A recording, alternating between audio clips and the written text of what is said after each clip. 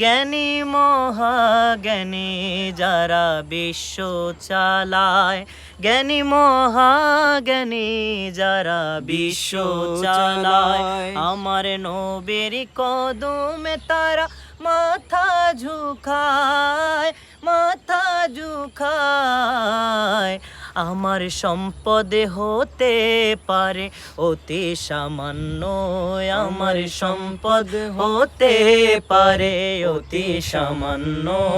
আমার দাতা মহাদাতা বিশ্বের জন্য, আমি মানুষ হতে পারে অতি নগণ্য, আমি মানুষ হতে পারে অতি নগণ্য।